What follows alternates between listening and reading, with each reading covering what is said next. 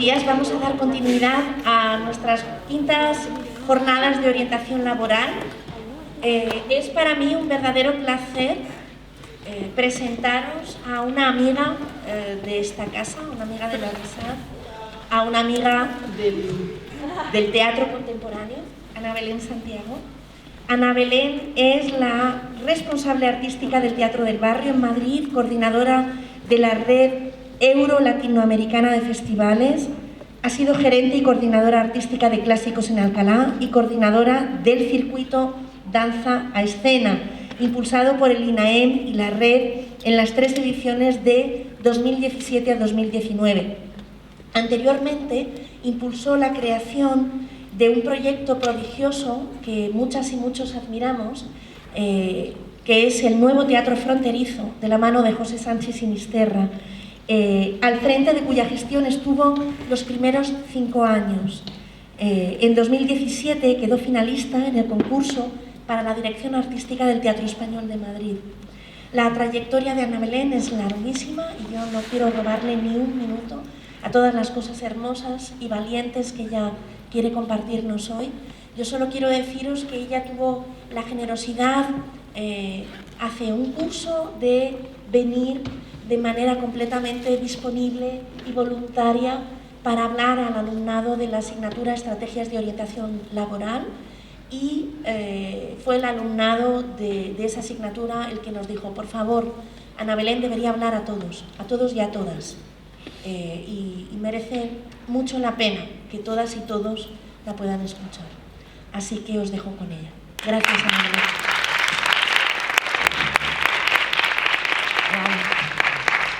Bueno, impone. Tengo 41 años, porque esos son así como un poco gordos, así que la primera conclusión que se puede sacar es que tengo un problema con mi vida personal, ¿no? Porque no hago otra cosa más que currar. Impone la circunstancia, ¿no? Me imaginaba así como que íbamos a estar como en un aula mucho más cerca, así que me pide un poco el cuerpo acercarme un poco ahí a las escaleras. ¿Es posible por técnica que me siente en las escaleras? Bueno.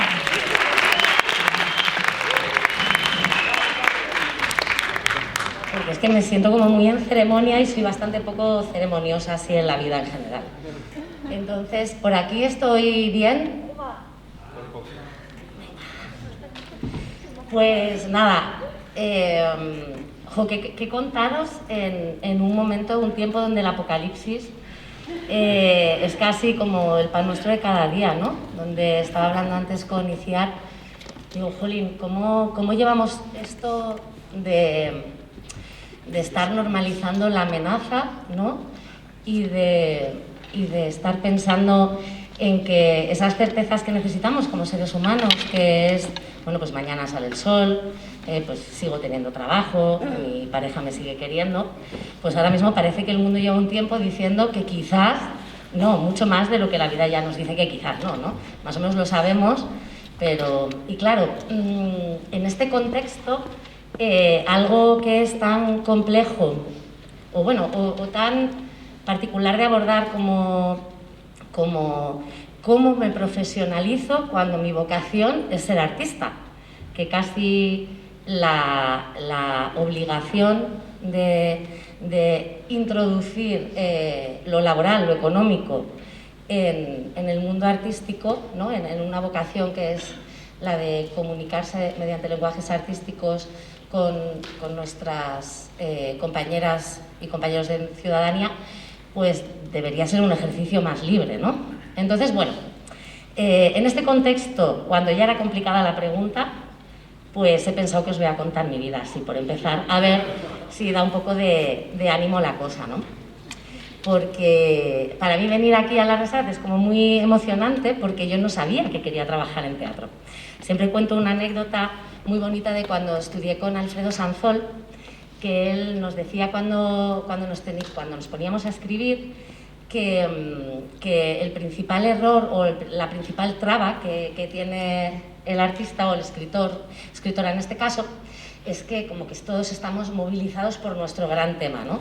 Mi madre me traumatizó, me ha costado encontrar mi identidad sexual o mi identidad dentro del grupo de la sociedad. En fin, cada persona, normalmente la vocación artística responde a casi una necesidad de sanación mediante esa comunicación, ¿no? Y ese gran tema está por encima de nosotras, condicionándonos. Entonces tú te sientas a escribir y de pronto quieres hablar de la cosa. Y la cosa es tan grande que toda palabra es insuficiente. Y por lo tanto sucede eso tan habitual de escritores que no escriben, ¿no? Entonces él decía que lo que hay que hacer es sentarse y escribir, lo que sea. Pues estoy en mi cuarto, la ventana está llena de barro porque el nuevo episodio apocalíptico es que viene el desierto a Madrid, y tirar para adelante, y que luego con el tiempo otras miradas o la tuya propia descubren que todo cuanto cuentas y todo cuanto haces está relatando, abordando o siendo una búsqueda para entender tu gran tema. Es decir, que hay que quitarlo de lado. ¿Cómo relaciono esto con que yo no sabía que quería estar aquí o trabajar en artes escénicas y con esta coyuntura, este contexto en el que nos encontramos? Pues en intentar pensar, o sea, como Sanzol para escribir, ¿no? Pero intentar pensar vosotras como personas, como artistas, a la hora de actuar laboralmente y a la hora de actuar incluso creativamente, ¿no? Que es dejar el temazo de lado y ponerse a funcionar. Yo empecé de una manera súper anecdótica a trabajar en esto. Me fui a un bautizo de una amiga. Yo estaba estudiando un doctorado que se impartía en relación con la RESAD de Humanidades, Teoría del Espectáculo en la Carlos III. Pues estoy hablando del año 2006 y veníamos aquí a dar algunas asignaturas y una compañera se quedó embarazada, era canaria, y me invitó al bautizo de su recién nacido a Canarias. Y yo, que me encontraba en una crisis personal, pues mandé por el trabajo, el piso, todo, el novio, y dije, bueno, ¿por qué no? Me voy a ir ahí unos días. Por supuesto, mi amiga no me dio bola en absoluto porque estaba preocupada por su bebé, pero sí me dio bola al alojarme en casa de un amigo suyo. Ella era jefa de producción de La Abadía y tenía un amigo con quien había empezado en Canarias a trabajar, que tenía una productora de festivales de teatro de calle, productora de teatro, festivales de música, no sé cuánto, no sé cómo, y él me hizo un poco de cicerone, nos caímos muy bien y acabé yéndome a Canarias. 2 años y ahí empecé en esto. En realidad yo había venido a Madrid porque quería ser corresponsal de guerra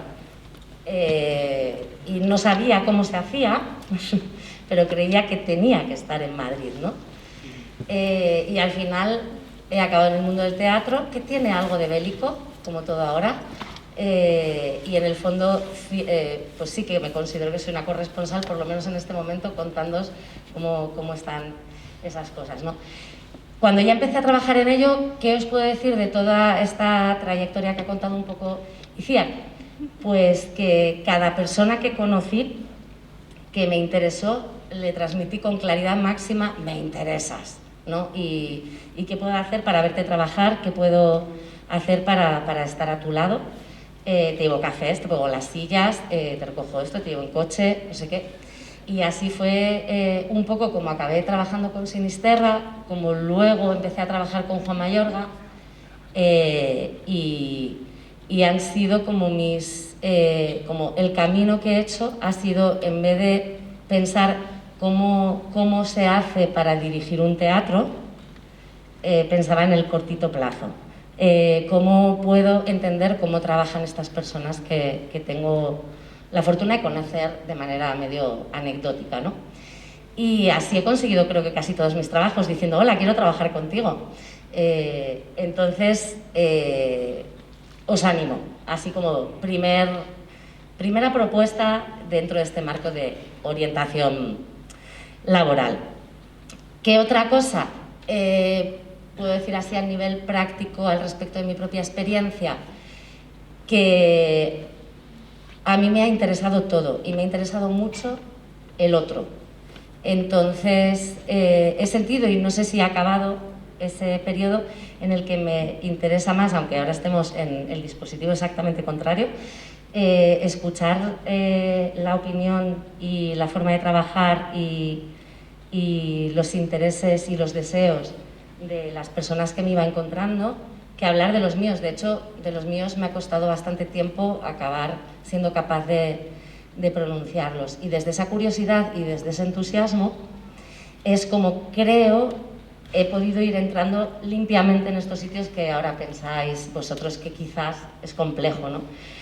Yo creo que es bastante sencillo trabajar con Alberto San Juan o con Juan Mayorga, porque la manera en la que yo lo hice fue conociéndolos en un contexto X, ¿vale? Que un poco más sencillo, porque igual era el nuevo teatro fronterizo, y luego diciéndoles que eso, lo que os contaba, ¿no? Os llevo el café, os llevo no sé qué, y el entusiasmo y la curiosidad generan confianza en este tipo de personas, o es mi experiencia, ¿no?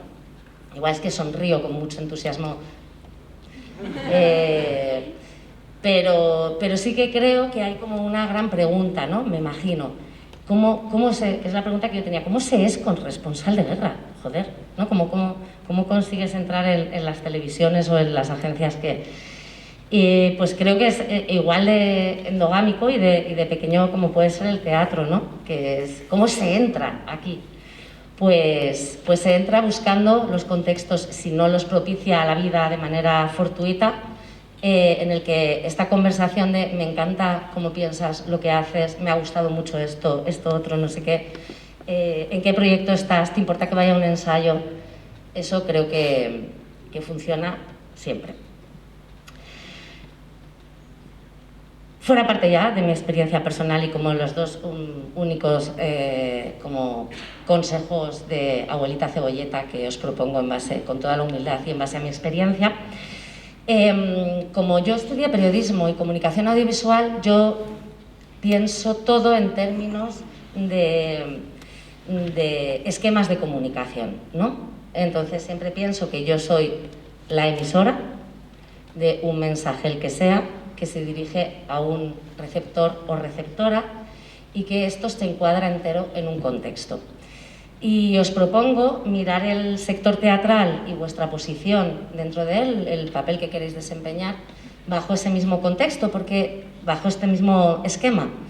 Porque desde mi experiencia en el teatro del barrio o en otros, por ejemplo, en Clásicos en Alcalá también acompañaba en la programación, u otros trabajos que hago, como otro que os voy a explicar luego, que acabo de hacer en Deferia, que es una feria de artes escénicas del País Vasco, en Donosti, mi sensación es que no se hace como esa mirada hacia afuera. Entonces yo os propongo pensar en esos términos. Vamos a pensar, por ejemplo, en el contexto, ¿no? ¿Cómo está el teatro en España? Esto es un taller, un poco raro, pero no sé si alguien quiere compartir algo. Interrumpidme todo lo que queráis, así me ayudáis a... Tampoco es necesario. Bueno, ¿cómo está el contexto?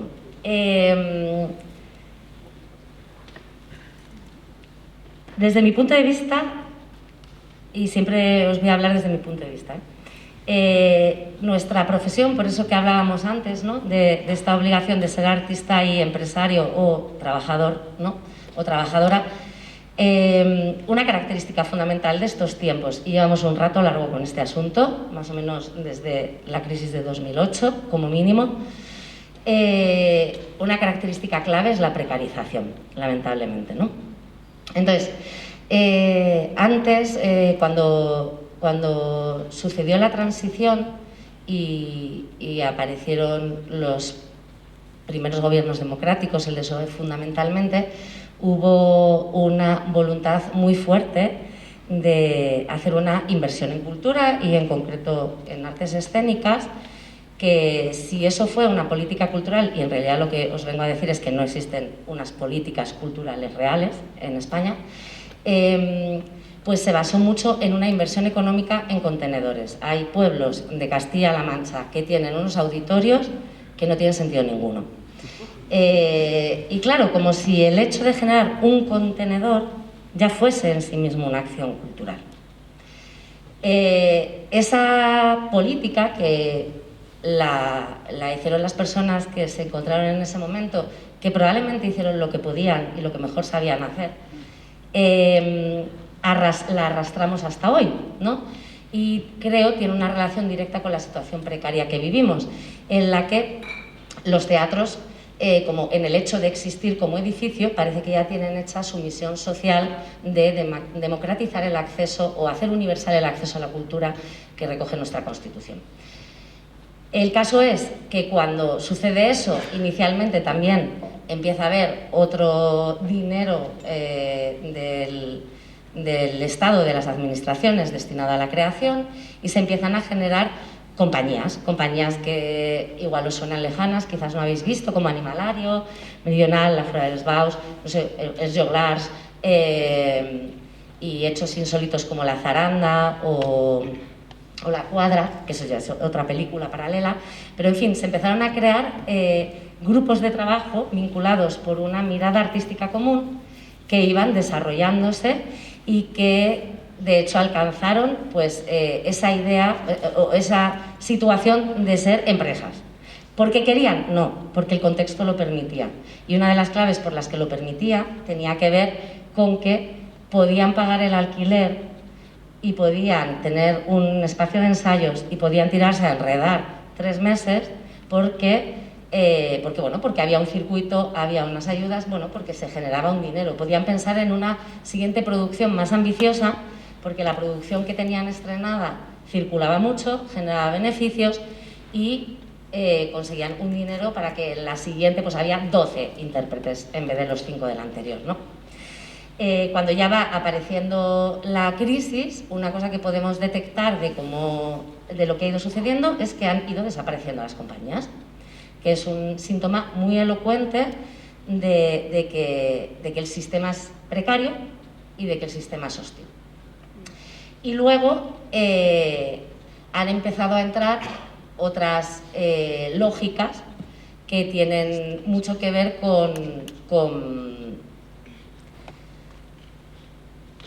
un poco la idiosincrasia de nuestro tiempo, ¿no? Que tiene que ver también con las redes sociales, que tiene que ver con todo este individualismo del que se habla, con la tecnologización, con la menor exigencia en términos de comunicación, en el sentido de que se puede hacer por pantallas, que se puede hacer por aplicaciones, que se puede hacer no sé qué.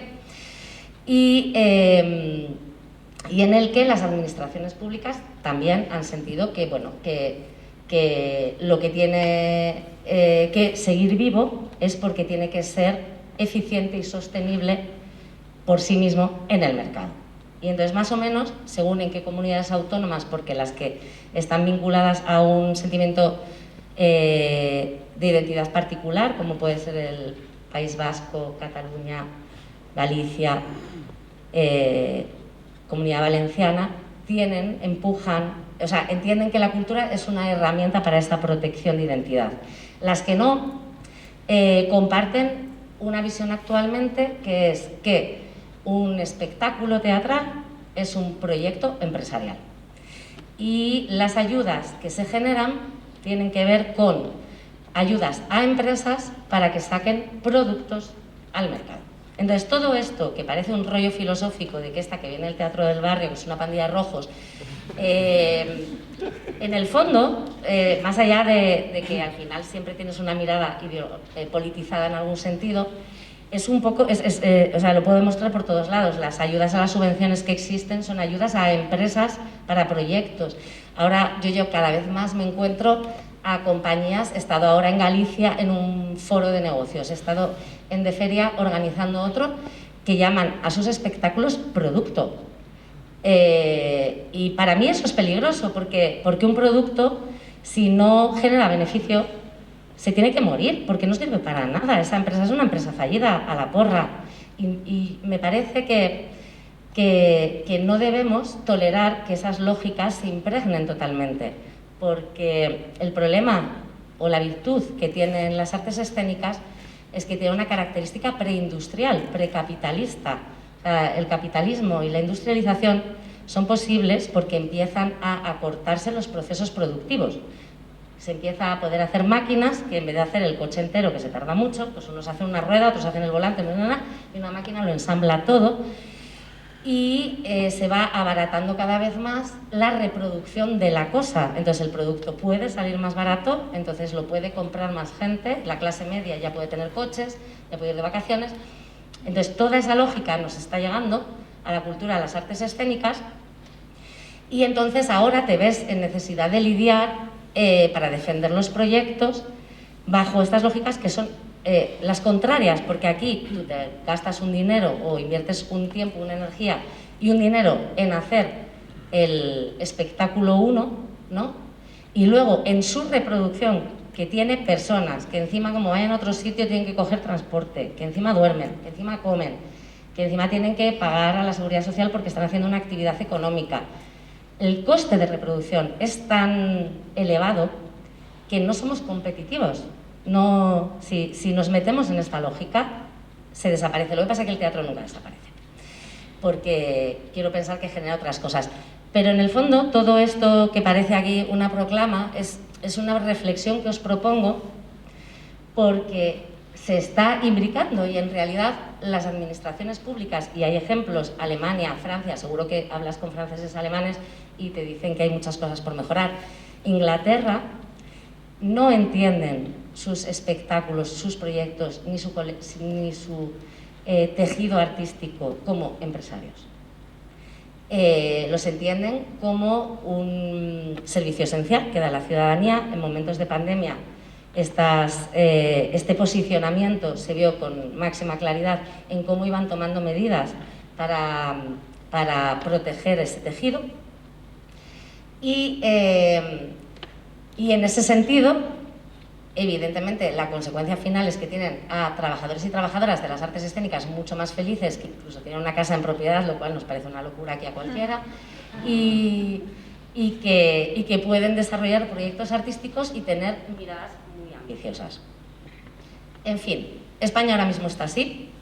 Creo que, decía antes Daniel, que hay que llamar a las puertas de los teatros, por supuesto. Yo ahora ya os he contado algunas maneras y os voy a contar mi mirada desde dentro de un teatro de cómo es eficaz llamar mi puerta, y creo que la de bastantes responsables de programación, y no estar en la lucha y en las barricadas. Yo discrepo con lo siguiente, ¿no? Yo creo que las barricadas no tiene que ser una cosa de las huelgas de antaño ni de no sé qué, pero sí que creo que si no hay una mirada crítica y consciente, nos vamos a encontrar con que todo es el Rey León, que está estupendo, el Rey León, y la trabaja mucha gente, y no va a haber espacio para otra cosa. Entonces, más allá de una supervivencia laboral nuestra, ¿no?, de aquí, este gremio que estamos aquí, que queremos seguir teniendo trabajo, yo creo que lo que hablábamos antes, ¿no?, hay una vocación artística, es un acto de comunicación hacia la sociedad, porque es una herramienta de salud social, el arte y la cultura.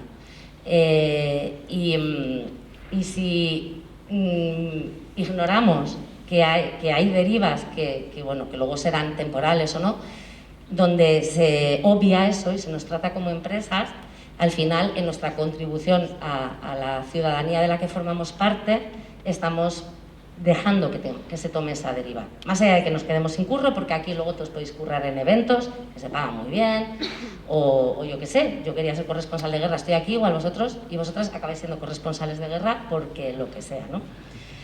Esto que es así tan como filosófico, político, creo que es importante en la definición del contexto, porque al final lo que sucede es el problema que tenemos las salas, y es que viene poca gente al teatro o les parece que es una pasta pagar 15 euros por ver un show, ¿no?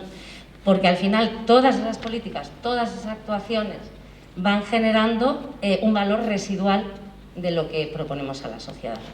Y eso acaba afectando efectivamente a que el Teatro del Barrio, que es una cooperativa de socias, que ponen un día una cuota de 100 euros y el día que quieren dejar de estar en la cooperativa se les devuelve, no repartimos dividendos, no tiene voluntad de lucro, sino de ir mejorando las condiciones y ampliando los proyectos. Pues todas las asambleas que hacemos, o sea, es que es impepinable, y ya cerca de lo insoportable los 4 años que llevo, en todas las socias de la cooperativa, que se supone que deberían tener cierta sensibilidad porque han decidido ser de una cooperativa de un teatro y no de una de consumidores, o sea, no de una huerta u otras cooperativas que existen, ¿no? Pues siempre dicen que las entradas son muy caras, nosotros tenemos entradas a 15 euros más o menos de media, y que porque los artistas no hacen funciones gratuitas para las socias del teatro. Y esto es permanente. Entonces, yo más allá de enfadarme, pienso dos cosas. Una, que es imprescindible una pedagogía, y la segunda es, si es imprescindible una pedagogía en un grupo de 600 personas que voluntariamente, que no tenían necesidad ninguna, se han hecho cooperativistas de un proyecto, ¿qué pedagogía es necesaria para la sociedad?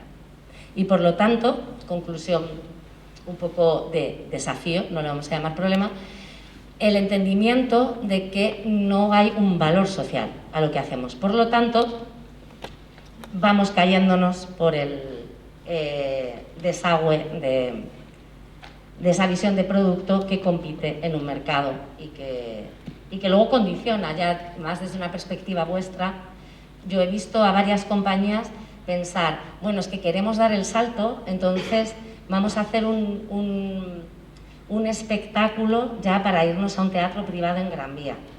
Y el diseño de esa producción estaba bajo esas premisas, ¿no? La premisa, doy el salto, y la premisa, me voy a un sitio más grande. Y las experiencias que yo conozco así son todas fallidas, porque al final es olvidar este motor que uno tiene, ¿no? Que al final hay o sea, yo estoy dando por hecho, igual estoy siendo muy temeraria, en que nadie está estudiando aquí porque es una profesión de futuro y de salida, ¿verdad? Entonces, os propongo que tengáis en la medida de lo posible en mente que el motor es el que es y que esas especulaciones de lo que va a funcionar en el mercado, de lo que va a ser comercial, desde toda mi experiencia son falsas. No he visto ni un solo acierto a ese respecto. Donde sí he visto acertar es en tener claro que se necesita contar algo, que se necesita contar de una manera y que sea de convocar a un grupo de gente para que escuche y vea esa historia. Y cuanto más fiel se es a eso y más rigor se aplica a ese trabajo, más cerca se está, creo, de poder tener una profesión y vivir de esto. Ya paro con toda la filosofía y vamos a pensar en algo como súper pragmático. A ver, pero exactamente cómo está el teatro en España, ¿no? Vale.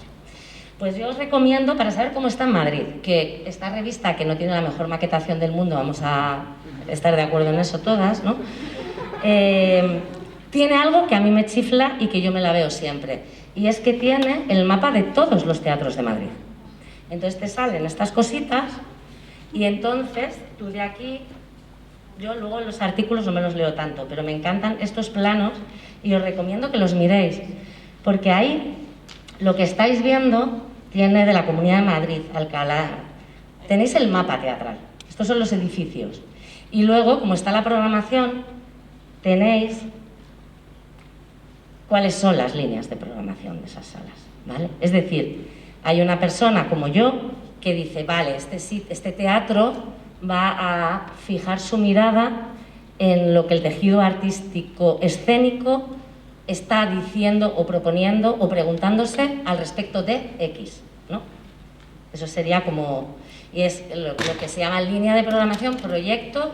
Reconozcamos que no todos los tienen, eso es así, pero al menos si no lo tienen, que eso es una información muy importante que necesitáis tener a la hora de llamar a las puertas, sí sabéis un poco otro tema importante, qué factura o qué naturaleza, o sea, qué factura de producción tienen y qué naturaleza de creadores y creadoras están poniendo en el escenario, ¿no? Entonces, un poco si ves esta revista y piensas, pues dices, en Madrid está un tejido de salas alternativas, que originalmente cuando nacieron eran alternativas porque tenían un discurso alternativo al institucional, ¿no? Y se supone que estaban creadores y creadoras que hacían cosas muy radicales, ¿no? y que lo institucional era un poquito más convencional, burgués, status quo, no sé qué. Lo cierto es que ahora mismo tampoco estamos en esa relación. Ahora mismo las salas alternativas son salas que tienen más o menos, como mucho, 200 butacas y que le proponemos a las compañías una retribución no a caché, sino a reparto de taquilla, a riesgo.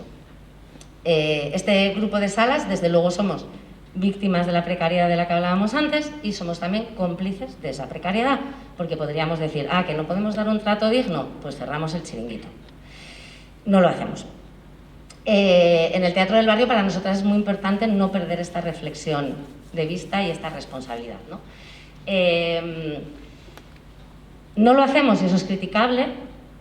Yo quiero pensar que no es excusa cuando digo que somos salas de proximidad que permitimos algo muy importante para el mundo artístico, que es testear sus propuestas y sus espectáculos, que tienen que hacerlo con públicos y con públicos diferentes, no siempre con tus 80 mejores amigos, para contrastar qué es lo que te sucede o qué sucede a tu propuesta y para mejorar y para, bueno, estamos en el arte de la repetición, pues para seguir repitiendo todo lo que podamos, ¿no? Y luego también para intentar amortizar pues los X euros que te ha costado la producción, ¿no? Si hiciésemos más política y mejor política desde las artes escénicas, pues convenceríamos, como se convence en Cataluña, que así es, de que necesitamos más dinero las salas alternativas para ser el vehículo que se lo dé a las compañías, para ofreceros tratos mucho más justos. No lo hacemos así de bien, la verdad. Ese sería el sector alternativo. Y luego tendríamos el sector público institucional, ¿no? Que son pues, el Teatro Español, la Sala Galileo, el CDN, Fernán Gómez, bueno, pues todos los teatros que hay dentro de la red de teatros de Madrid. Y luego tendríamos el comercial. Y hay algún que viene a ser Gran Vía, no sé qué, los Luchana. Entonces, ese es el territorio en Madrid, que yo entiendo que vuestra base de operaciones está en Madrid. El ejercicio un poco, si volvemos a esa estructura de comunicaciones, vale, este es el contexto, ¿qué es lo que yo quiero? ¿A dónde debo ir? Una cosa que dicen mucho los programadores y programadoras es que les llegan proyectos imposibles, porque de pronto sería realmente excepcional que un trabajo de fin de grado de la RESAD se estrene en el CDN. Y sin embargo, eso se manda o se propone, no, o sea, sucede ese hecho, ¿no?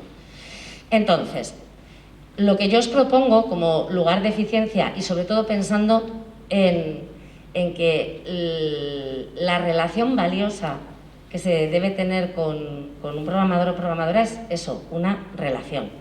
No es te coloco mi cosa y luego ya veré dónde coloco la siguiente, porque al final los teatros, si no son esos contenedores de la transición, sino que son proyectos culturales, necesitan del tejido artístico para tener sentido, porque si no están cerrados o no pasa nada. Y para ello, la relación permanente con la comunidad artística es una obligación y de hecho es un placer de mucha parte de nuestra profesión. Entonces, lo que os quiero decir con esto es que tenéis que mirar, bueno, antes de nada, por ponerme para atrás y voy a quitar el imperativo, os propongo que hagáis las cosas, hagáis proyectos que sean lo que queréis, lo que deseáis hacer, que eso a veces lleva tiempo y lleva varios proyectos descubrirlo. Que los hagáis con rigor máximo, con el esfuerzo máximo, se nota muchísimo cuando eso no sucede. Y que luego penséis cuál es el lugar en este tiempo para acoger ese proyecto y vayáis a proponerlo a ese lugar y a ese proyecto. Y ahora vamos a hablar entonces de los receptores, que podría ser yo. Esto es, hablaba antes de que la idea útil es que sea una relación. Porque no es tan importante que a mí me llegue un proyecto y que diga, no lo veo para el Teatro del Barrio, o sí lo veo. Es más importante que yo vea un universo artístico y reconozca a una persona, porque luego, igual este proyecto no tiene sentido en el Teatro del Barrio, pero yo y todos los programadores y programadoras hablamos con muchísima gente y te piden recomendaciones de cosas, y yo, que solo trabajo, pues más, y de pronto algo que no es para ti, lo derivas para... entonces, quien llega a mí, más allá de que yo me tomé la responsabilidad de ver todos los proyectos que me llegan, cosa que puede tardar 6 meses en suceder, pero lo veo todo, es que alguien me esté hablando a mí. Yo los mails que recibo de distribuidoras o de tal, que son una base de datos, los borro directamente. ¿Por qué? Porque es que hay tanta producción, a mí me pueden llegar 5 proyectos todos los días. Nuevos, diferentes, 5. Es que es una animalada. Entonces, quien de pronto me dice, he visto que tu línea de programación tiene que ver con feminismo, ¿en serio? Pues es que hay gente que no lo sabe, pero es que es meterse en la web. O sea, lo que pone ahí, feminismo, libres y vivas. Si alguien entra y dice, veo que tienes una línea de programación de feminismo que está Pepita, Menganita, y mi trabajo contribuye a esto desde esta mirada y me gustaría proponértelo y que lo valoraras. Esa persona entra a mi mail y, a no ser que esté haciendo una subvención como estoy haciendo ahora, lo normal es que me lo lea inmediatamente. Y de pronto en ese momento ya estoy viendo a esa persona que puede estar o puede que no esté. ¿Por qué lo miro? Porque esa persona ha tenido un pensamiento eficaz de comunicación. Ha dicho, es decir, si de pronto hay un espectáculo sobre hombres defendiendo la masculinidad y el machismo y me lo envía a mí, pues lo borro, a no ser que me diga, te pongo este desafío, tú que tan feministas sois, pues a ver si sois capaces de acoger, y de pronto eso también me entraría a mirarlo, a valorarlo, otra cosa es luego programarlo. Lo que quiero decir es que cuando alguien sabe qué es lo que me gusta o qué es en dónde tengo puesta la mirada, consigue que mi mirada vaya a esa persona. Y esto no es más que ligar, es lo mismo. Cuando tú quieres ligarte a alguien, intentas descubrir qué le interesa y transmitirle que a ti también te chifla, que tú tienes mucho de eso. Y en el fondo es un poco la relación que hay que establecer en ese primer momento de relación de la puerta fría, en la que imagino que muchos pensáis cómo se llega a esto. Hablaba antes de factura o de rigor. Esto tiene cierta importancia. Al Teatro del Barrio tenemos 130 butacas, pero es un sitio un poco raro, porque como lo montó Alberto San Juan y como tenemos amigos como famosos, pues a veces viene gente que parece que tiene que estar en otros teatros, pero viene a esta. Y al final, para mí, yo defino nuestra línea de programación, más allá de los conceptos que abordamos, que tratan de ser más expansivos del tradicional concepto de teatro político, o político, social, filosófico, pero sí que en mi definición están llamadas a estar actuando ahí artistas de media carrera. Artista de media carrera para mí es quien ya ha hecho sus estudios, ha aprobado y ya no va a poder ser otra cosa en la vida que esto. No sé cómo deciros, que no significa que no tenga que trabajar por las noches en un bar, pero no sé explicarlo muy bien, pero se detecta. ¿En qué se detecta? Yo lo detecto mucho en facturas de producción, que diréis, ¿qué es eso? El Teatro del Barrio tiene 8 metros por 8. Entonces, si tú eres un intérprete brutal y tienes un texto espectacular, no necesitas nada en ese teatro, y ese teatro te acompaña y es el gran agujero negro en el que está el personaje y ¡vrum! Pero eso tiene que ser la decisión. Un teatro de 8 metros por 8 con unas sillas de Ikea de escenografía es un agujero negro en el sentido contrario, o sea, el espectáculo se va. La factura de producción tiene que ver con eso. Yo hay espectáculos que al verme el vídeo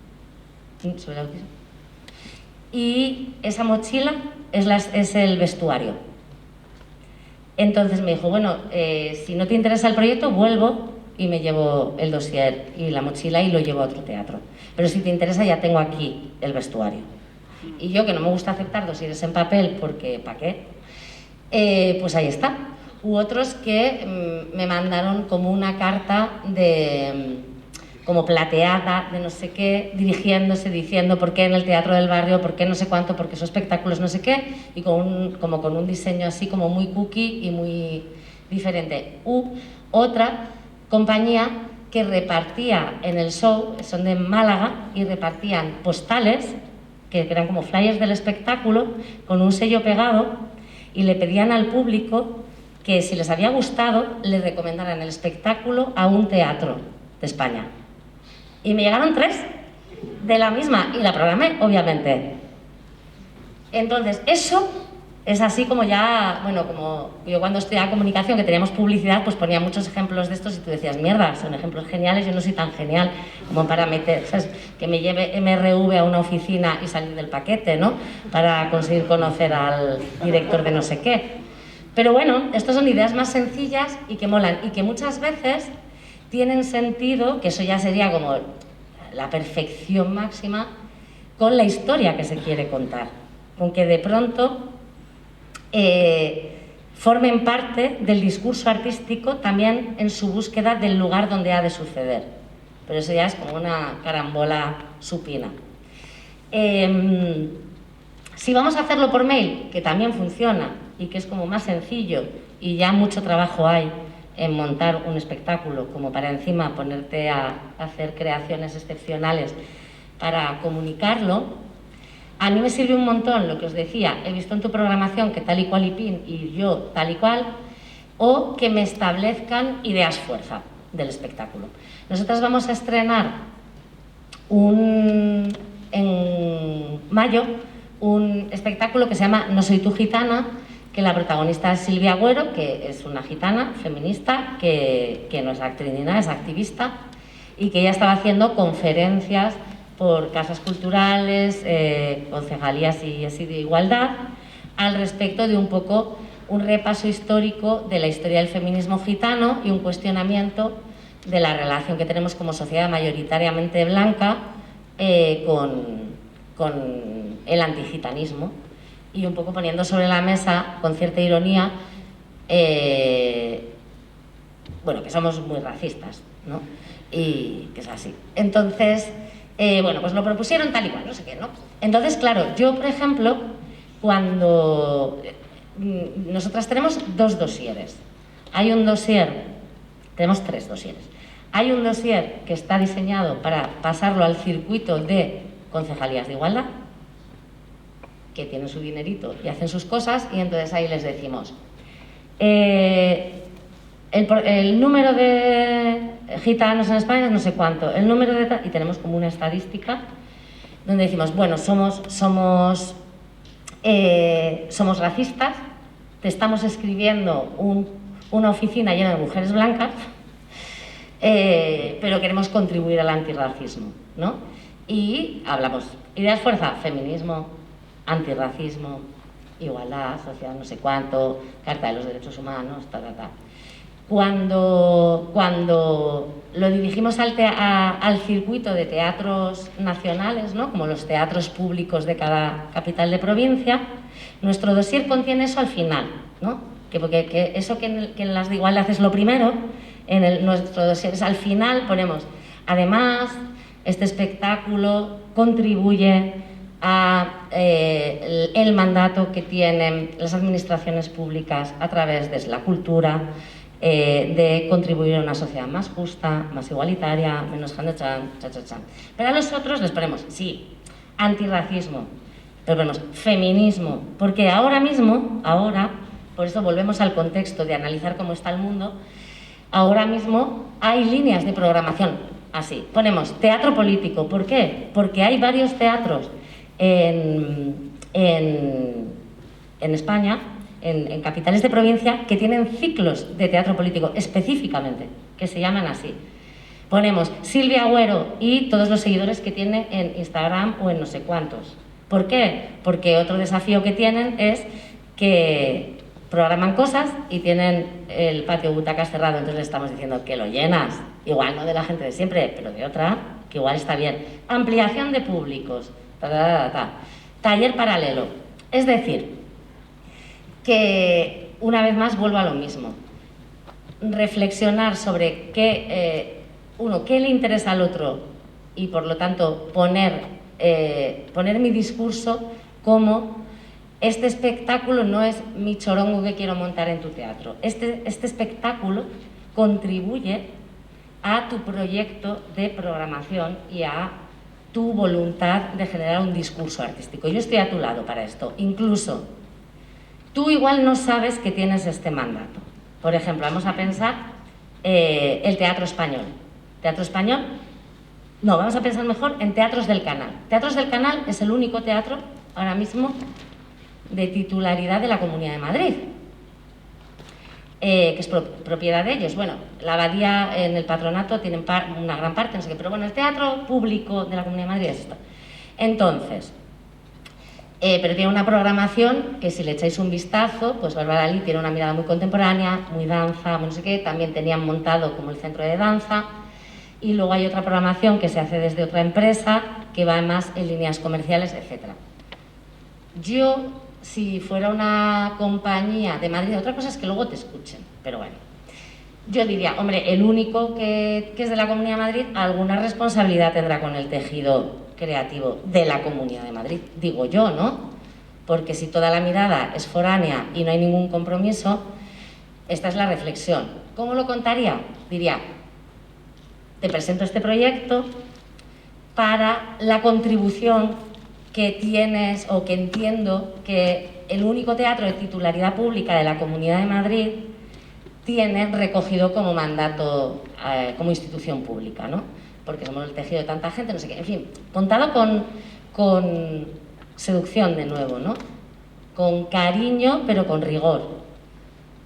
Y para ampliar esta mirada que os decía antes de, vale, ¿a quién le interesa lo que yo hago? Y luego ampliarlo a la siguiente pregunta, ¿a quién le debería interesar lo que yo hago? ¿No? Y me enrollo un montón.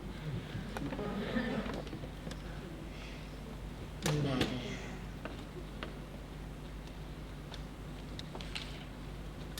Quería eso, proponeros, si erais capaces, pero no sé si es el contexto así como más cómodo así en este formato tan auditorio, de contarme el proyecto en el que estéis y que yo os haga una devolución de las ideas fuerza que yo, así, a modo training, que yo detecto.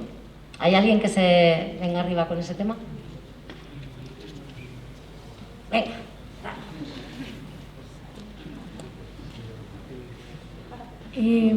Hola, soy Ángela. Ana. Ángela. Ángela. Vale, pues yo estoy en el Off de la Latina con una obra que se llama Capilla Ardiente. Te entiendo como un poco mal, perdona. Vale, a ver, voy a intentar ser más clara. Vale, ok.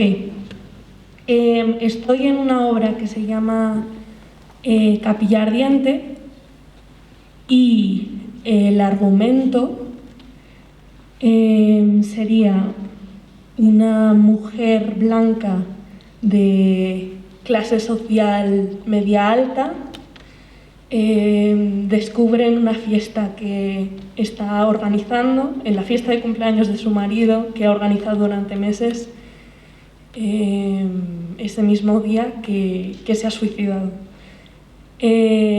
Entonces, la primera parte es un monólogo en el que ella, presionada por la vida, por una figura que es la vida, se plantea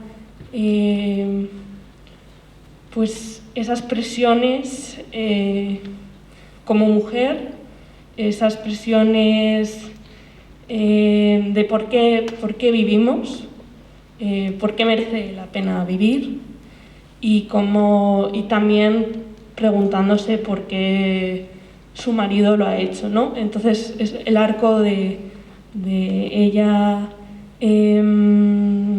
por una parte, diciendo lo horrible que es el suicidio, pero cada vez dándose más cuenta de que ella tiene los mismos instintos y pensamientos suicidas, ¿no? Entonces, es un poco eso. ¿Y es un monólogo? No lo he escrito bien. No, hay 3 personajes. ¿Hay mujeres, hombres? 2 mujeres y un hombre. ¿Es un texto de un hombre, de una mujer? Es un texto mío en colaboración con un hombre. ¿Y quién lo dirige? Yo. ¿Y cómo se ve todo eso en el escenario? ¿Cómo se ve todo eso en el escenario? Jugamos al contrario, de hecho. ¿Cómo se ve todo ¿en qué sentido, perdón? Pues si es un espacio figurativo donde hay una sala de estar, si están... Es un espacio abstracto en el que la plástica podría haber estado más cuidado. Por esto que comentaba. No, lo siento, todo esto son sugerencias. Sí, no. Pero porque hay un espacio con 5 cubos, no hay más. Vale. Claro, pues...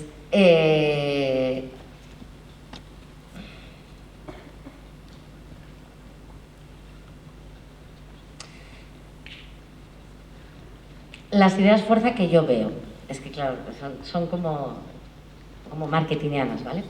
Pero claro, ahora mismo no tengo como la sensación, no la cifra, pero el índice de suicidios actualmente tiene que ser muy superior, al parecer se incrementaron en el año 2020, y el tema del suicidio y la depresión, ahora mismo, ¿no?, con toda la legislación, bueno, se está empezando como a proponer. El otro día yo me bajé la aplicación de cita médica de la Comunidad de Madrid y hay un icono específico para salud mental que me parece muy fuerte en la Comunidad de Madrid, que no me parecía especialmente sensible a esta cuestión, ¿no?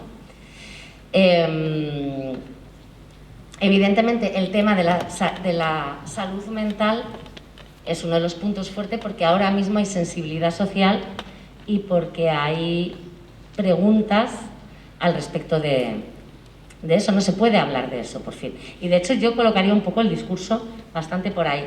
Luego, claro, ella se siente que el suicidio de él le está apelando a ella, ¿no? Ella le está... porque ella no ha sido suficiente como para que él no se suicidara. Vamos. Es que estamos también en un contexto católico en el que ella es muy, muy cristiana, entonces está también apelando a su sentido de buena mujer, ¿no? Esta idea. Y de cuidadora. Y de cuidadora. Porque claro, el segundo tema del que también ahora mismo empieza a haber una sensibilidad tiene que ver con los cuidados. ¿Quién cuida al enfermo y qué le sucede a esa persona? ¿No? Y que claramente esos son los 2 focos desde mi punto de vista mental. Y luego, evidentemente, el femenino feminista en un sentido de que los cuidados siempre son como algo inherente a la figura femenina en una familia y bueno, o sea, hay como... Forzando yo diría que...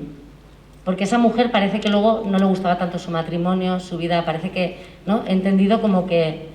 O sea, no es que le dé igual que él se muera, ¿no? Pero que al final ella tiene una crisis existencial de si está en el sitio en el que quiere estar, ¿no? La demanda que primero siente que le lanza por morirse a pesar de que ella estuviese, ¿no? Luego es, igual yo tampoco, ¿no? Si me pregunto a mí misma, a pesar de mí, ¿me suicidaría? Piensa que igual sí. O sea, que la vida no tiene sentido para ella, ¿no? Creo que también el contexto actual es un poco de crisis existencial, ¿no? De qué sentido... Estoy pensando en todo ese movimiento que hay en Estados Unidos de gente que ha dejado el trabajo porque ha entrado en una crisis. Yo también lo llevaría por ahí. O sea, hay algo como el contexto que os digo es como contexto del teatro, contexto de mi grupo social, de mi ciudad, del mundo, de lo político, de tal.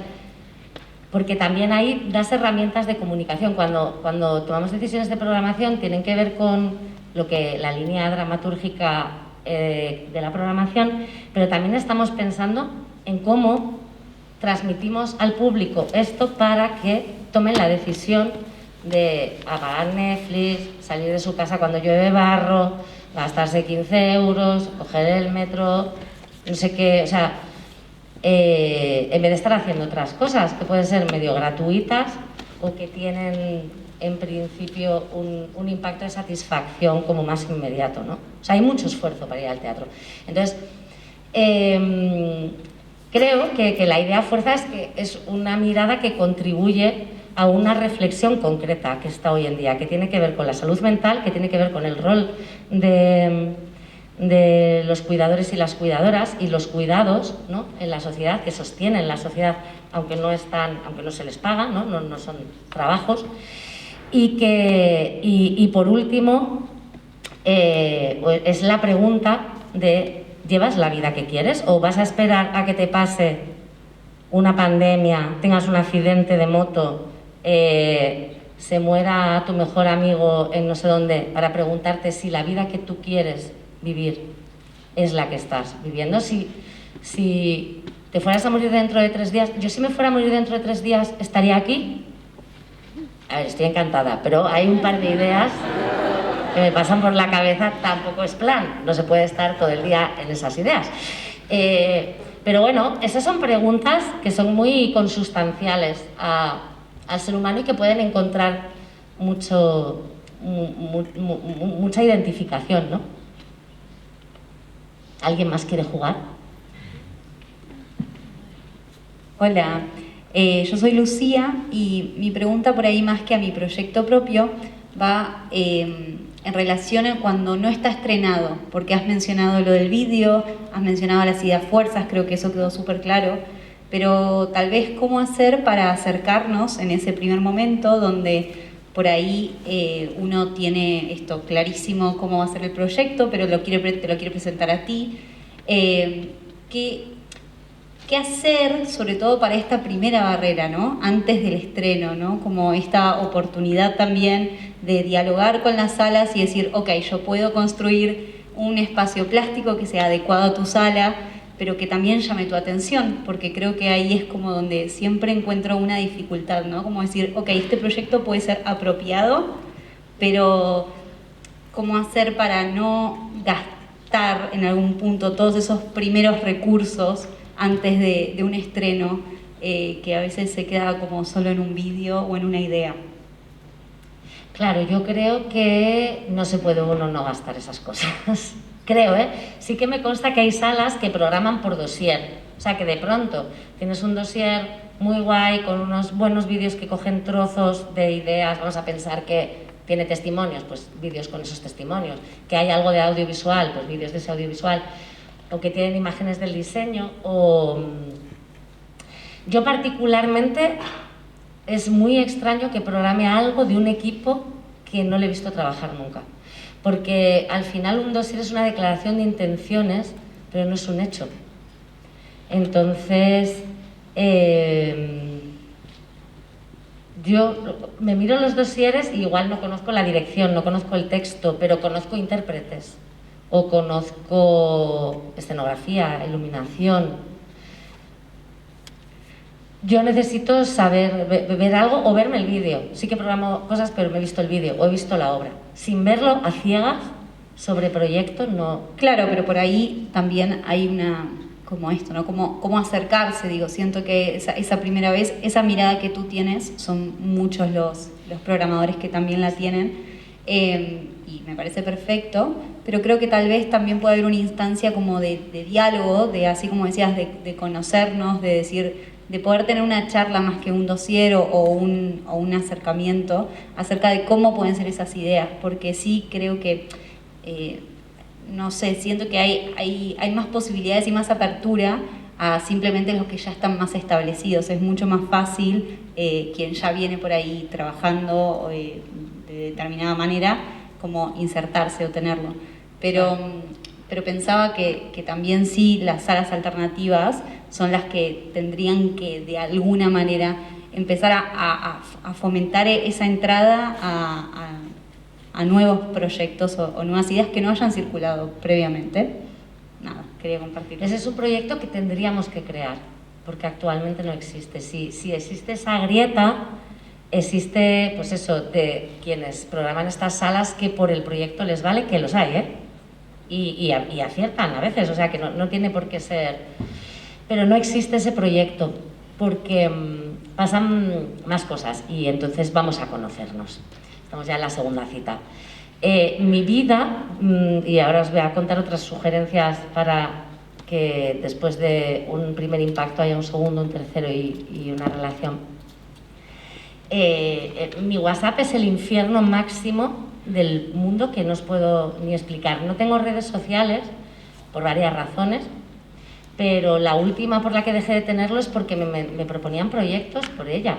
O sea, en realidad es que no me sé comunicar por las redes sociales y no me interesan, pero vamos, ya cuando empezaron a mandarme dosieres por ahí dije, perdón, o sea, otro agujero más de entrada en mi vida. Y porque realmente en nuestra vida y el Teatro del Barrio tenemos una estructura, somos 6 personas como trabajando en oficina, ¿no? O sea, somos la gerente, yo con la dirección artística, una persona de producción, una de comunicación y una de gestión web y jefe de sala y taquilla, que tiene un apoyo de taquilla, 2 técnicos. Que vamos, que si vas a otras salas, joder, parece que vamos a tope. La realidad es que yo trabajo todos los días, todos los días, ¿no? Y que normalmente llego a las 9 de la mañana, 10 a veces al teatro y me acabo quedando porque como programo tanto por obligación que no tanto por placer, pues me quedo a dar la bienvenida a la compañía.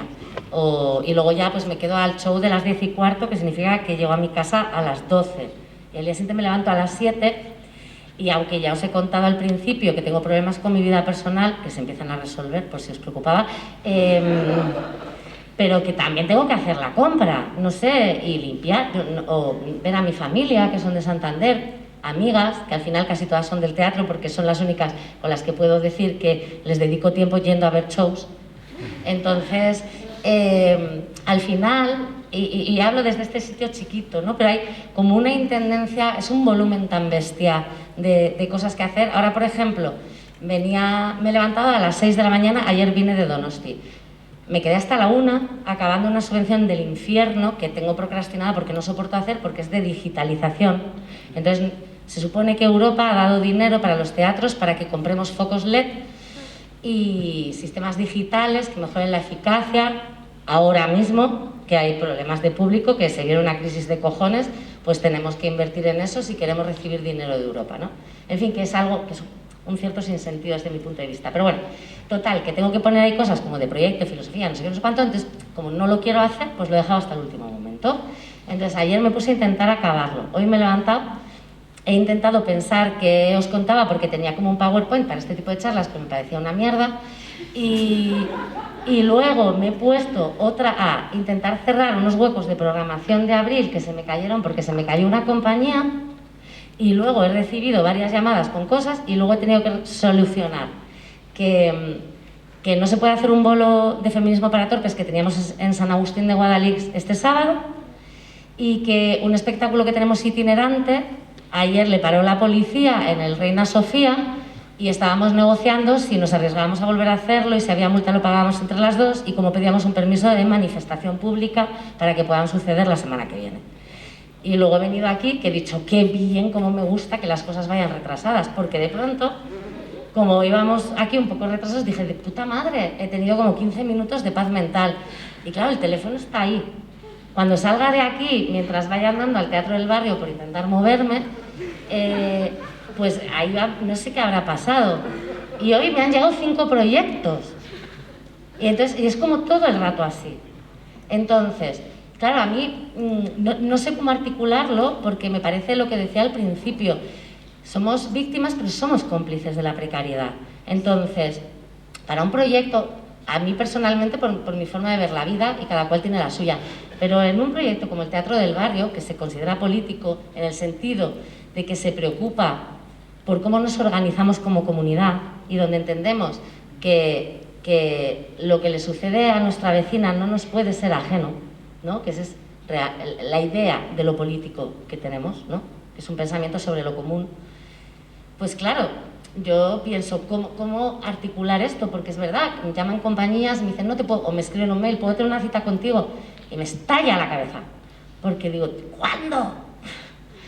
Porque luego van pasando todo el rato, o sea, esto ha sido como lo anecdótico de hoy, pero es como muy difícil incluso de explicar en qué se va el tiempo. No sé, se va, todo el rato se va, ¿no? Y luego a veces, claro, te cansas y te tomas 5 días de parada y entonces está el grumo acumulado y gigante, ¿no? Entonces deberíamos articularlo. O sea, yo sí que estoy de acuerdo contigo con esa demanda, me parece legítima, porque tampoco puedes delegarlo todo a que la Comunidad de Madrid y Teatros del Canal nos dan bola. Sí, y sobre todo a que esto que decías mismo de las compañías, ¿no? Como que al final es intentar hacer un montón de cosas para hacer un producto de calidad en el que uno también cree, por supuesto, pero para intentar recuperar. Entonces es como, claro, en qué momento también todo ese trabajo a nosotros también nos da para pagar la compra. Es que son muchas cosas y así como lo decías, yo también creo que las salas alternativas están sobrepasadas porque lo veo y he estado, pero a la vez veo un hueco muy grande desde el mínimo hecho de que en una compañía pequeña, en una sala alternativa, cuando se tiene que dar de alta para hacer varias funciones seguidas, es que directamente pierde dinero. Entonces estamos como exigiendo un montón de cosas, siempre como que es saber quién es el más precario, y aparece que al final es la compañía, porque es como el que con el deseo de hacer se romantiza tanto eso que es imposible. Entonces hay un montón de necesidades simplemente para que me vean como, bueno, voy a poner dinero e invertir para hacer un video increíble, y es como, ¿en qué momento?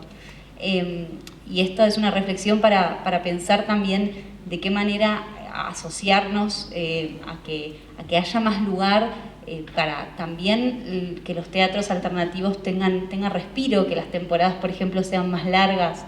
Es que una temporada de 4 funciones en un mes, es que para ti es agotador, y creo que para la compañía también. Pero bueno, son cosas a pensar. Sí, en eso sí que comparto contigo. Estaba pensando, ¿no? Pero por ejemplo, para mí el Teatro del Barrio es un teatro de repertorio, lo defendemos políticamente. Estamos buscando los modelos porque ahora mismo 2 semanas de exhibición no funcionan en Madrid, es que ya no funcionan. Pero incluso con cosas que para mí era como indiscutible que iban a funcionar. Estoy hablando de este año, que este año estoy como un poco que no sé qué pasa. Bueno, como todas, ¿no? En realidad. Pero como que me cuesta entender dinámicas o conclusiones que tenía al respecto de lo que funciona, lo que no. O sea, yo tomaba decisiones como, venga, meto esto que es un pepinazo, va a chutar fijo, y voy a colar esto que me chifla, pero seguro que nos la pegamos. Pero mola, es más contemporáneo, en esta voluntad, ¿no?, de que el teatro del barrio no sea, o sea, que el teatro político se entienda también desde la forma, también desde las relaciones y también desde lo poético y desde el discurso artístico, y no solo desde mensajes que, digamos, son de revisión historicista, de personajes o de manifiestos, ¿no? Entonces, en ese sentido, yo defiendo un teatro de repertorio y hay obras donde no...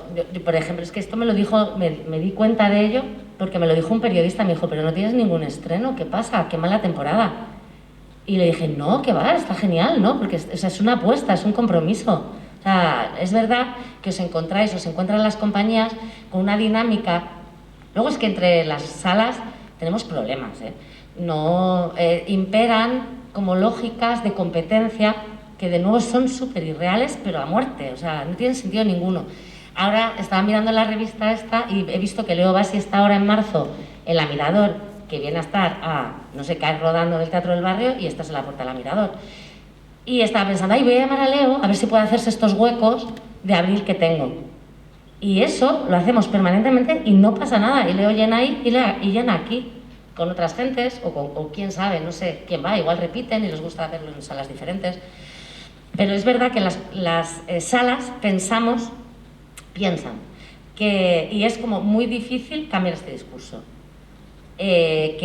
Bueno, a mí me ha pasado en la red de teatros alternativos querer un espectáculo que lo pillara otra sala y yo decir, vale, bueno, pues luego os venís a la mía, y que dijera la otra sala, no, si luego se vienen a la tuya, digo, no, hombre, que cuando tú tengas todo vendido yo lo anuncio, no pasa nada, porque eso yo lo he hecho con la Abadía en varias ocasiones, con ACA y con Los que hablan, que fue un estreno que hicimos allí. Entonces yo digo, no, vete a lo fuerte, la gente cobra bien, ¿no? Nuestra propia producción, Malena y Luis cobran bien, ACA cobran un caché, y luego cuando allí vaya a tope y se hayan acabado las entradas, cogemos en el Teatro del Barrio y decimos, no, que lo tenemos, y se recoloca, y funciona, es así. Pero ni siquiera esas experiencias reales, que ya no son intuiciones, en su momento lo fueron, ahora son experiencias reales, ni siquiera eso sirve de argumentario. Entonces, ¿qué sucede? Que se supone que los estrenos llaman la atención. Es más fácil vender a un periodista un estreno. Entonces, como las salas no tienen dinero, y esto no te estoy hablando solo de las salas alternativas, de todos los teatros, que a todo el mundo le encanta presentar una programación y decir tengo 7 estrenos. Cuando a mí me parece un poco aterrador tener estrenos también, porque sabes que también tenemos que hacer un acompañamiento artístico, y lo artístico tiene que tener el derecho al fracaso sí o sí, si no, ¿de qué estamos hablando, no?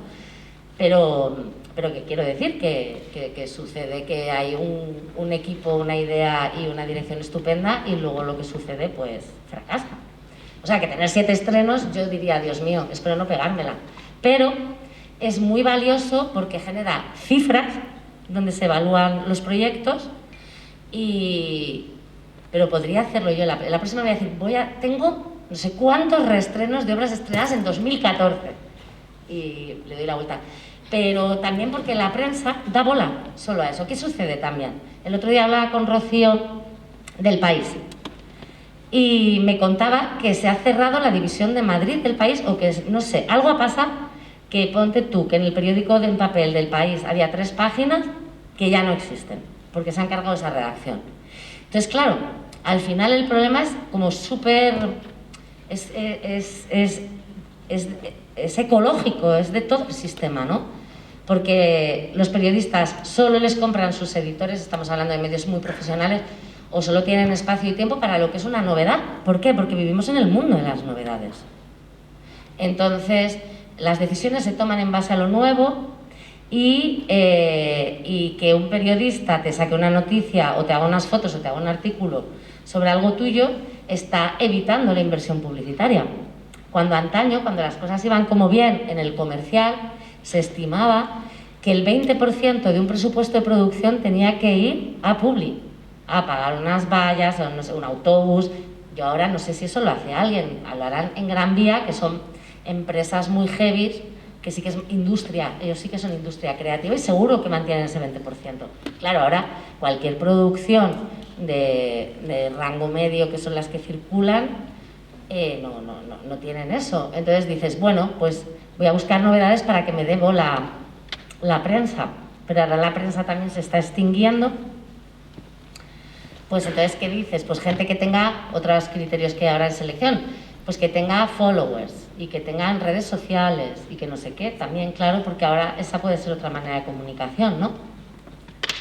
En fin, siempre todo está cambiando y todo es orgánico y no hay nada estable, ¿no?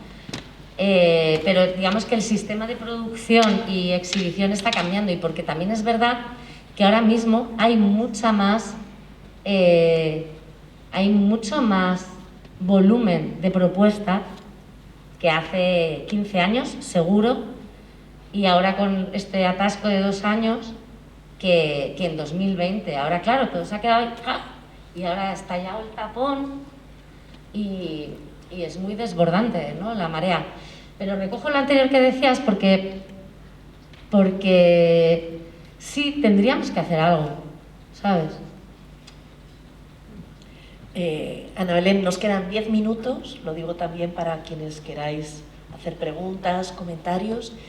Un poco recogiendo la pregunta de Lucía, quería preguntarte qué pasaría si dentro de esa multiplicidad, esa sobreoferta productiva que recibís, hubiera más cohesión y hubiera proyectos orgánicos en donde no se te hiciera una propuesta de un proyecto, sino que se te planteara, por ejemplo, un ciclo o un conjunto de propuestas o una mirada temática sobre algo. Es decir, frente a la idea de cada día recibo 5 emails diferentes con 5 cosas diferentes, ¿qué pasaría si a lo mejor hubiera, sí, pues 4, pero hubiera una que te planteara una articulación un poco más compleja que prográmame a mí, ¿no? Prográmame en mi contexto o en mi cosa. Eso sucede, ¿eh? En el Teatro del Barrio bajo el concepto de festival, ¿no? Entonces, sí, hay personas que organizan festivales, el Festival Visibles, que tiene que ver con integración, con diversidad funcional, ¿no? Y Órbita Diversa, que también sobre la diversidad del mundo y las personas, y otro Festivalie que está ahora, que es sobre mujer artista, y nos suelen proponer proponernos ser una de las sedes. SOS Racismo también tiene uno, y proponen, bueno, pues eso, dentro del marco de eso, ser una de las sedes. Y nosotras, yo en función de que tenga sentido lo que proponen con la línea y que sea posible, ¿qué sucede? Que luego también, pues igual no conocen tanto nuestros plazos, entonces llegan tarde. O sea, hay veces que, en eso que hablamos de conocernos, las salas alternativas más o menos, o sea, yo os voy a contar cómo funciona en el Teatro del Barrio, más o menos, y encima se está empezando a pasar a lo público también esto. Pero yo programo 2 temporadas, chicas, la temporada septiembre-enero, la temporada febrero-julio.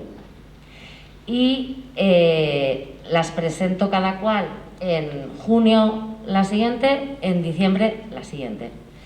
Y claro, es que tenemos un volumen tan loco de programación que lo que se hace es como programar los gruesos del horario de teatro de texto, vamos a decir, ¿no? De las 7:30 de la tarde, y se van dejando huecos cada vez mayores en función de lo lejos que esté el mes.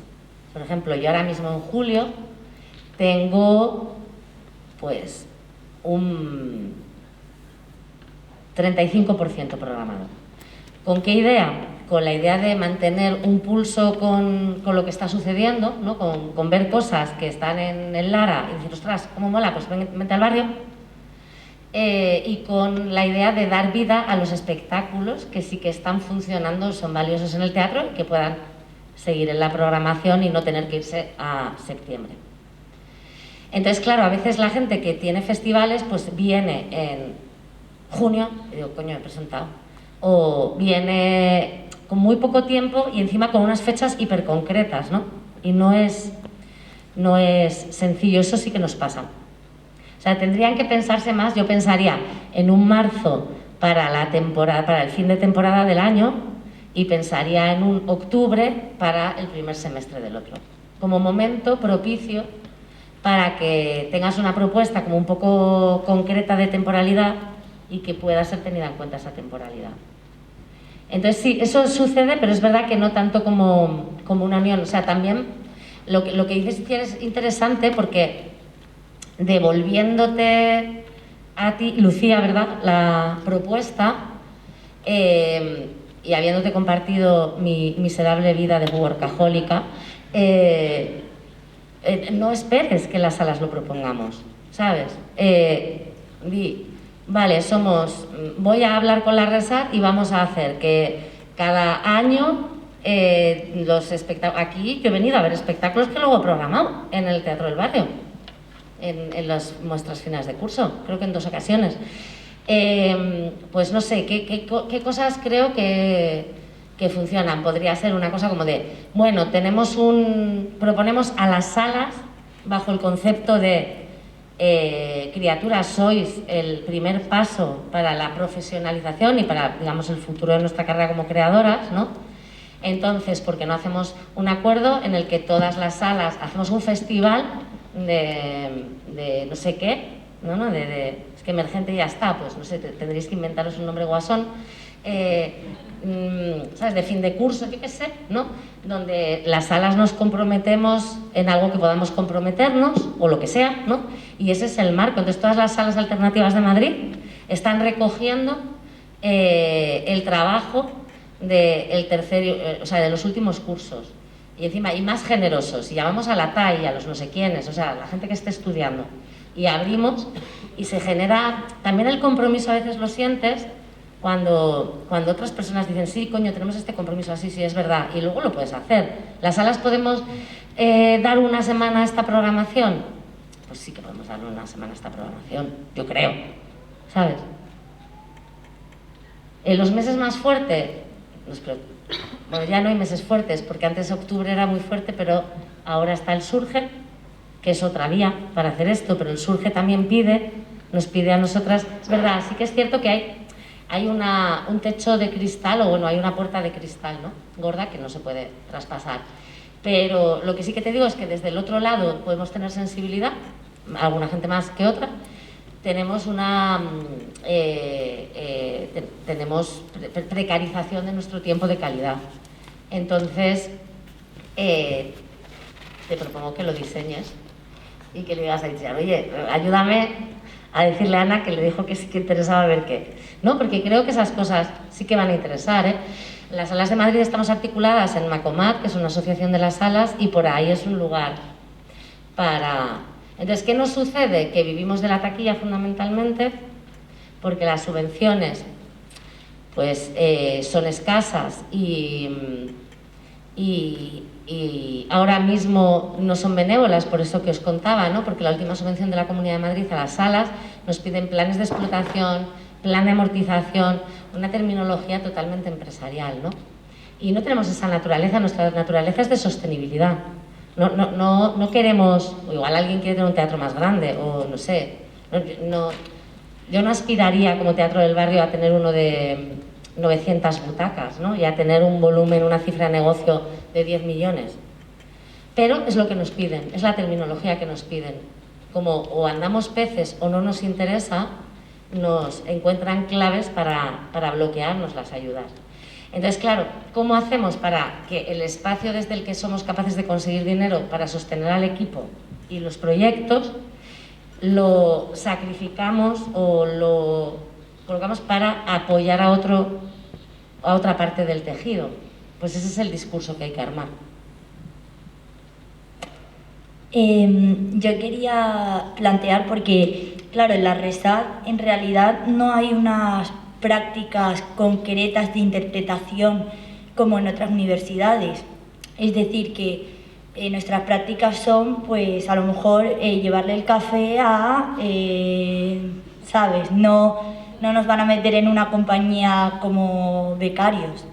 Entonces, como que, y además lo hemos estado hablando algunos compañeros, que si a lo mejor podría haber la posibilidad de que algunos espectáculos de la RESAD, o de ya sea pues TFGs o de las prácticas de interpretación de cuarto, pudieran sacarse a algunos teatros, o que la RESAD pues estuviera afiliada con algunos teatros, y claro, pues esos alumnos no cobrarían, ¿no? Porque serían como unas prácticas, pero aún así sí se cobraría la taquilla, ¿no? Para que el teatro ¿no? Pues cobrara la producción. No sé si eso podría ser posible. Claro, no sé.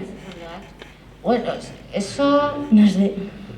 Claro, depende, porque es que eso hay como que marcarlo. Yo en el Teatro del Barrio, por ejemplo, tengo que marcarlo, tengo que generar un discurso para eso, porque estoy entendiendo que tengo que pasar por encima de mi criterio de artistas de media carrera, y que lo de que la temática o la mirada tenga que ver con una reflexión sobre lo común también, ¿no? Porque claro, o sea, existe la posibilidad, o bien de que varias salas nos aliemos con eso y busquemos la vía de lo que sea Lucía o de lo que tú cuentes, o inventar otros proyectos. Yo aquí os puedo lanzar una idea de prácticas. O sea, yo hay una cosa que quería hacer con Sinisterra, que bueno, es una idea de prácticas global, ahora que lo pienso, porque siempre pensábamos cómo articular esto, que era hacer un agitprop, ¿no? Un poco recuperar el agitprop del teatro político, donde iban los primeros rusos de teatro político y escenificaban escenas del periódico en los descansos del bocata de las fábricas,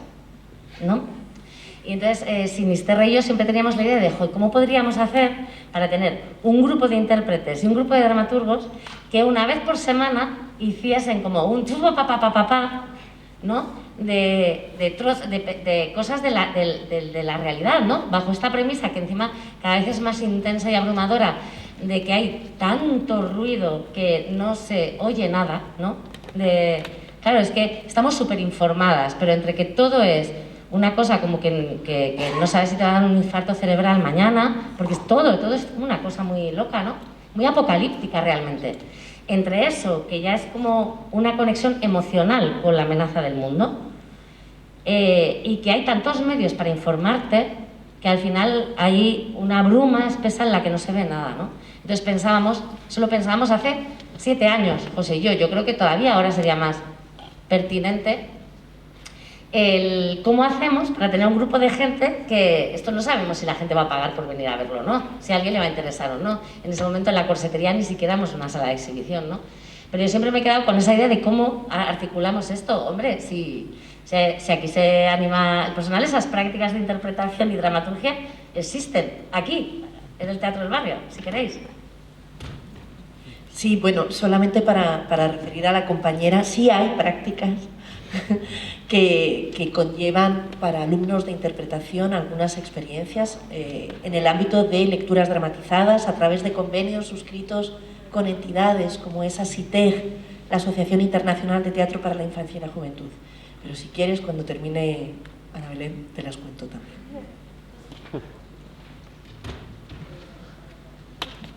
O sea, me refería a que, o sea, nosotros salimos de aquí y a lo mejor hablo de interpretación.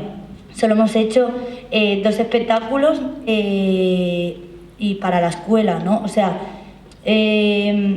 no sé, en otras universidades como que tienen, o sea, ¿por qué no tenemos la oportunidad de salir a un teatro X a llevar eso al mundo laboral real? O sea, también tenemos lo que la profesora estaba diciendo, que no estaba informada, disculpa, pero no, me preguntaba por qué no existe esa posibilidad de entrar en el mundo laboral. Obviamente no se puede pasar por encima del teatro, porque es lo que dices, que tienes el teatro quiere hablar de algo, está enfocado en una cosa y tampoco puede decir, venga, pues se tiene que llevar este espectáculo y punto. No sé, sería a lo mejor como llegar a un punto medio, ¿no? Claro, porque para ti tu visión de las prácticas es en los espectáculos que montáis que tengan un lugar donde se puedan hacer. Claro, o no es espectáculo, o que hubiera un quinto año de que solo fuera a montar espectáculos y fuera. Claro. O sea, a ver, que obviamente es un poco fantasía, supongo, no sé, pero que es como que en realidad solo hacemos 2 espectáculos aquí dentro y luego para afuera, venga, para casa. Y digo, pero bueno, que no sé, a lo mejor digo, pues que habría la posibilidad de que estuviera como afiliado y se pudiera sacar algún espectáculo fuera, porque eso solo se hace si el profesor que hace el espectáculo como que le apetece, conoce a alguien y lo quiere sacar. Bueno, claro, y también porque cuando uno se pone a hacer un espectáculo está lanzando una hipótesis y luego se materializa y puede que esa hipótesis no funcione, ¿no? Entonces, quiero decir, garantizar la vida de un espectáculo tal y como está el sistema ahora mismo a X tiempo no se puede hacer ni aun siendo súper profesional y con súper actores, ¿no? Bueno, sí que son gente famosa, aunque sea luego un churro, sí que sigue. No sé, sí, claro, es que es difícil, porque además la interpretación sois como... estáis bajo la decisión de otra persona, ¿no? Es una dirección quien elige, esta persona me gusta, esta no. Entonces, ¿cómo te garantizamos a ti unas prácticas cuando la decisión de poder ejecutarlas es de un tercero, que si no lo dirijo yo, pues yo no me puedo comprometer con que las vayas a conseguir, ¿no? Como que la propia definición del trabajo, claro. no sé, tendría que montar la Resat una superproductora.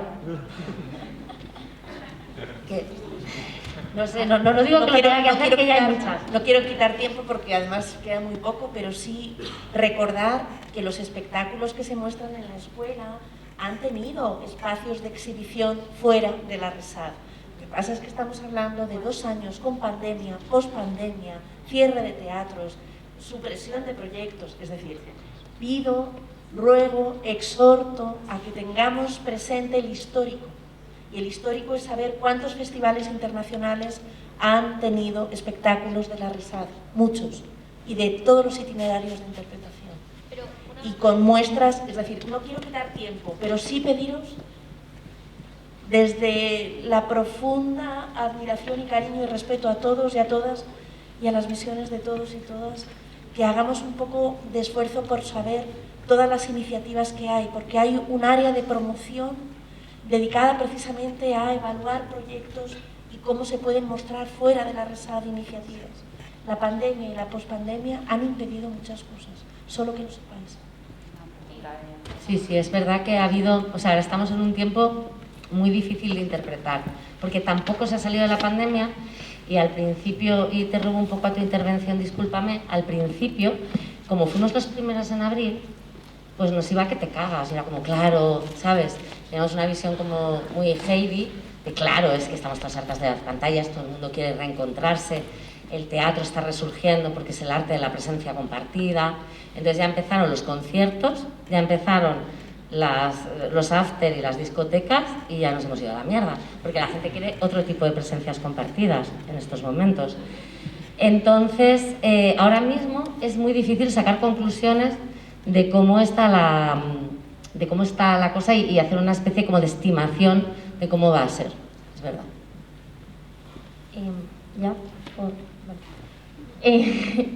Que con respecto a lo de las prácticas, vale, sí, nos dicen que podemos tener prácticas en el CNTC, en el Centro Dramático Nacional, etcétera, pero en realidad como actores no tenemos esas prácticas. Lo que haces es pues estar de ayudante de, pues sí, de llevar los muebles para acá, así.